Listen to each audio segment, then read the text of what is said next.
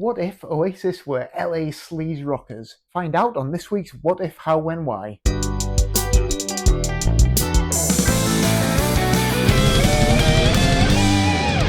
Hello, my name is Morgan Brown, and for the past few months I've been making a series of videos that I call What If videos. The idea of these is that every week I pick a different popular song and imagine an alternative universe in which a decision that someone's made or a different set of circumstances cause that song to come out completely different from the version that we know and love. I then take the original lead vocal from that song and record a new backing track to it using just GarageBand and whatever instruments I have to hand in order to bring this alternative universe version to life. So the song I chose this week was Rock and Roll Star by Oasis, and I attempted to turn that into a late 80s, early 90s style LA sleaze rock anthem. So if you haven't had a chance to listen to that yet, here's a little taster. I need some time in the sunshine, I've gotta slow it right down.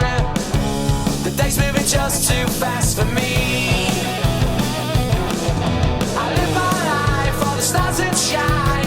People say it's just a waste of time. Then they said I should fade my head. That to me was just a day in bed. I'll take my car and drive real far. You're not concerned about the way we are. In my mind, my dreams are real. Now you're concerned about the way I feel. Tonight, I'm a rock and roll star. Before we get into this video, I do have a little confession to make, and I know it might upset some of you, so I do apologise in advance, but I must confess I'm not a fan of Oasis. Never have been, never will be. I'm going to try and explain why, and hopefully at least you might stand a chance of seeing my side of things, even if you don't agree with me. When I first heard them, I wasn't particularly against them. I thought they were okay. I guess the first time I heard Oasis would have been when they performed on the old Channel 4 show The Word. I think they were doing Supersonic, and it was fine, you know, nothing against it. It wasn't terribly exciting for me, but it was quite alright. I guess at the time it was just refreshing to hear a kind of loud guitar band wherever you heard them. And then the next few singles came out and they were okay too. Live Forever, pretty catchy. Cigarettes and Alcohol, all that stuff. There's nothing fundamentally wrong with those records. It's just quite early on the hype machine kind of kicked in. The critical opinions I was seeing and the reactions I was seeing from people didn't tally at all with what I was hearing. As I say, I think some of those songs are absolutely fine, but there were a few things that just didn't click for me at all. Firstly, even on the strongest Oasis songs, Noel Gallagher is not a great lyricist. He's really good at coming up with a hook line. Those best Oasis songs, Live Forever, Rock and Roll Star, etc. They've got a great line that comes in the chorus and grabs you. And then he's normally good at throwing in a couple of other phrases somewhere in there that connect to it and make you feel like you've listened to a song that means something. But all too often, he just fills up the rest of the song with nonsense rhymes, Moon and June, rhymes for the sake of rhymes. And a lot of it is just gibberish. And it's not that he's using evocative imagery or clever wordplay. It's just nonsense. So that was my first reservation. But sometimes you can forgive ropey lyrics if the music's good. And as I say, there are some good tunes, definitely, particularly on that first album. But in terms of the performances, it always felt a bit lacking to me. And it's not just a musicianship thing. I know it's been pointed out that Oasis were never the world's greatest musicians. And that's true, but that's not necessarily a problem. You know, I'm an old punk. About half of these records are made by bands who didn't have spectacular musicianship. But if you're limited on your instrument, but you've got imagination and energy, you can completely overcome those limitations and still create really great music. But imagination and energy are things that just seem to be completely lacking in terms of Oasis's performance. I remember reading a lot of reviews early on that singled out Tony McCarroll, the original drummer, saying, oh, they're being held back by this inept drummer, doesn't have much energy, and that's making the band sound a bit ploddy. But then, obviously, for the second album, they replaced him with a professional session musician, and it sounded exactly the same. So I think Noel Gallagher just wanted the songs to sound listless and ploddy, I don't know. But, as I say, that first album, I kind of understood why people liked it. There were catchy songs, there's something there. The problem that I have with the band really kicked in on that second album, What's the Story, Morning Glory. To me, that album has what gets described in the case of a lot of other bands as difficult second album syndrome. It's that thing where a band's used all their best material on the first record, have to make a second one, cobble some stuff together, and it's really lackluster compared to the first one. And for me, What's the Story Morning Glory is a textbook example of that. It's got all of the limitations of the first record without any of the saving graces. But instead of slating it, everyone loved it so much, and I felt like I was living in Bizarro land. That's also the point where an awful lot of people suddenly jumped in who had not been interested in any kind of guitar music beforehand. That second Oasis record comes out and all of a sudden changed the whole atmosphere of British indie music in a very short space of time. A lot of the more interesting bands get crowded out by this influx of new generic lad rock bands, and quite a lot of bands who were doing interesting creative stuff changed course to go with that flow as well. There were definitely a few. The one that springs to mind at the moment would be Ride, who were a pretty interesting kind of shoegaze band, and then by the mid-90s had just become a boring kind of plod rock band. And really, although for a lot of people the absolute highlight of Britpop, they were kind of the death knell of it for me. There's a lot of creative, interesting bands in that movement, but once Oasis became the one that everyone really latched onto, any spark of invention that was in that scene had just kind of, it was out like a light. I feel like maybe the thing with Oasis is that they projected an anti-establishment rebellious image, so people who got into them felt like they were being somehow rebellious, but at the same time, if you look beyond that surface, it's deeply conservative music. It's so middle of the road, nothing remotely challenging in it at all. So I think it allowed people to feel like they were being edgy and kind of cool whilst listening to the safest music imaginable. So that's my feelings on Oasis. Had a few good songs, got blown all out of proportion, and people are still crazy about them. So I'm sure it must be me who's wrong. If you love Oasis, I'm not saying there's anything wrong with you. I just don't get it, as you can tell. My thought with this week's video is people are excited about Oasis again. It's just put them back in my mind. I got thinking about the song Rock and Roll Star, and when it came out, I thought, it's one of the catchier songs for sure, but I always figured if you're writing a song about wanting to kind of live that rock and roll lifestyle, the music ought to reflect that, and it never quite did. It's very much along the lines of everything else Oasis did. I always felt if it just had a bit more energy, a bit more traditional rock and roll sass to it, it'd be a lot more exciting. So what if there's an alternative universe where Oasis took a different direction early on? So they start the same way as a four-piece led by Liam, starting as an indie band, but they're not really getting anywhere. It's not coming together. So Liam grudgingly recruits his older brother Noel, who's a bit more experienced, knows his way around a bit more, to try and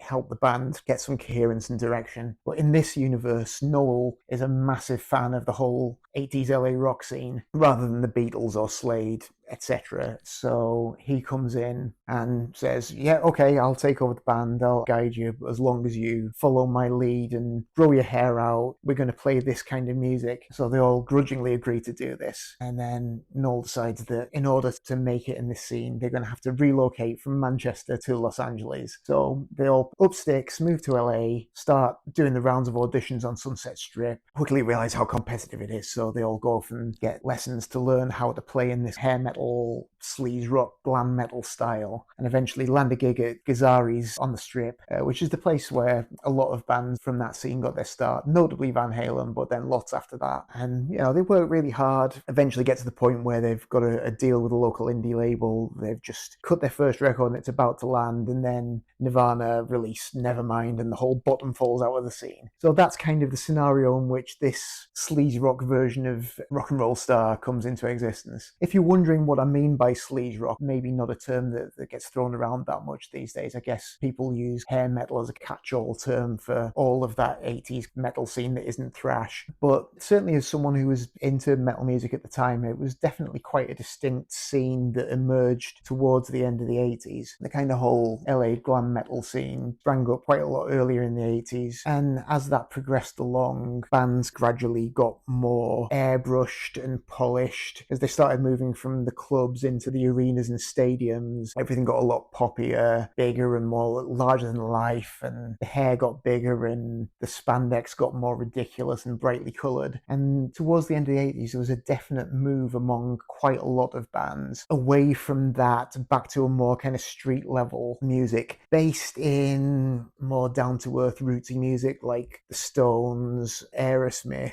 and some of the more glammy end of punk and proto-punk, so the New York Dolls, Johnny Thunders and the Heartbreakers, the Dead Boys, and earlier kind of sleazy, slightly punky hair metal bands like Hanoi Rocks were a big influence on a lot of them as well, I think. So I'm talking about bands like Faster Pussycat, like LA Guns, who had been an earlier band but were revived towards the end of the 80s in this kind of style. In the UK, you had the Choir Boys and Dogs D'Amour, who both had this whiskey-soaked Faces feel to them. And it was really quite a marked contrast to the likes of Def Leppard and Winger and some of these bigger kind of arena bands who were so airbrushed. In a way, pre-grunge, it was already an attempt to get back to basics. It was just not quite the hard reset that grunge would be a couple of years later. A lot more bluesy influence rather than pop melodies. And guitar styles generally a bit more back to Jimmy Page, Joe Perry, Keith Richards kind of thing, rather than the sort of post-Van Halen histrionics that everyone had been listening to for most of the rest of the 80s. I mean, obviously, far and above anyone else in this scene, Guns N' Roses were the big breakout act.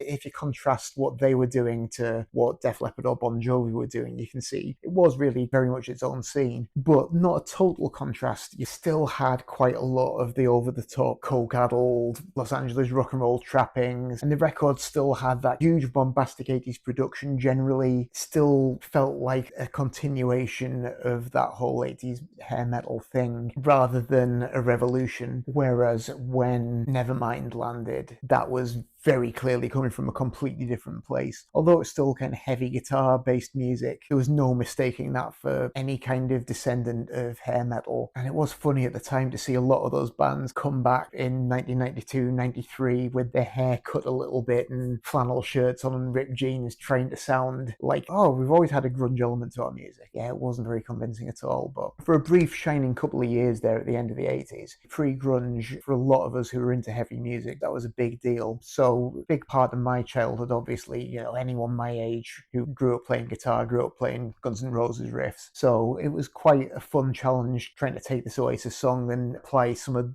that attitude to it. As ever, started out by just syncing up the vocal to the grid. First thing to do is just crank that tempo way up because we want to make it sound like life in the city is moving too fast for you. So I did that, popped on some drums, just going for a big thumpy, booming late 80s, early 90s drum sound, bit of cowbell there on the verse, a few little bits of double kick just to make sure that we can still tell it's kind of rooted somewhere in metal, even if it's a bit more back to basics rock and roll. And then I popped a couple of overdriven rhythmic guitars on there, going for a bit more of a palm muted rock chug rather than the more jangly Oasis indie rock thing that is on the original.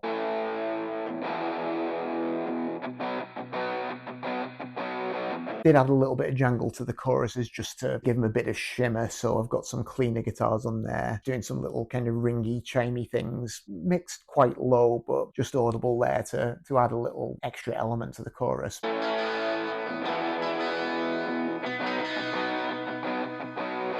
And then I popped a lead guitar on there, just playing fills throughout, and then threw in a little solo where the solo isn't the original record too.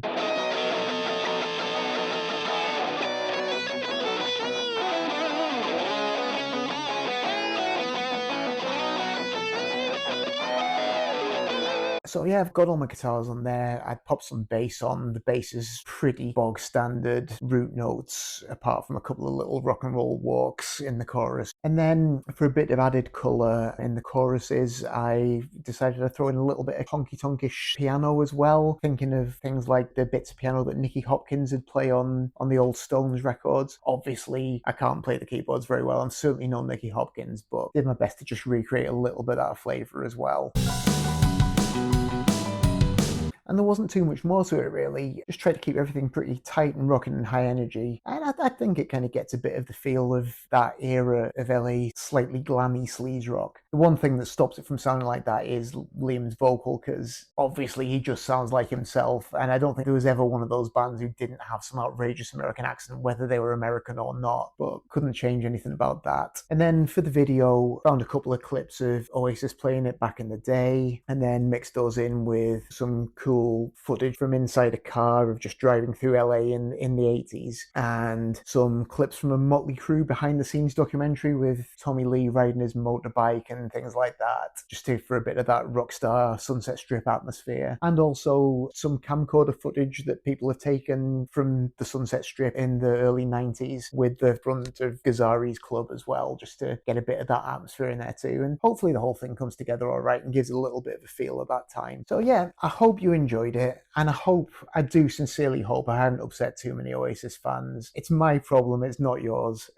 But yeah, if you did enjoy it, please like and subscribe and let me know in the comments. And if there's anything else you'd like me to try my hand at in coming weeks, any genres or any songs or any artists you'd like me to take a look at, do just let me know. I always enjoy hearing your suggestions. But yeah, that's me for this week. So thanks very much for watching, and I'll see you next time.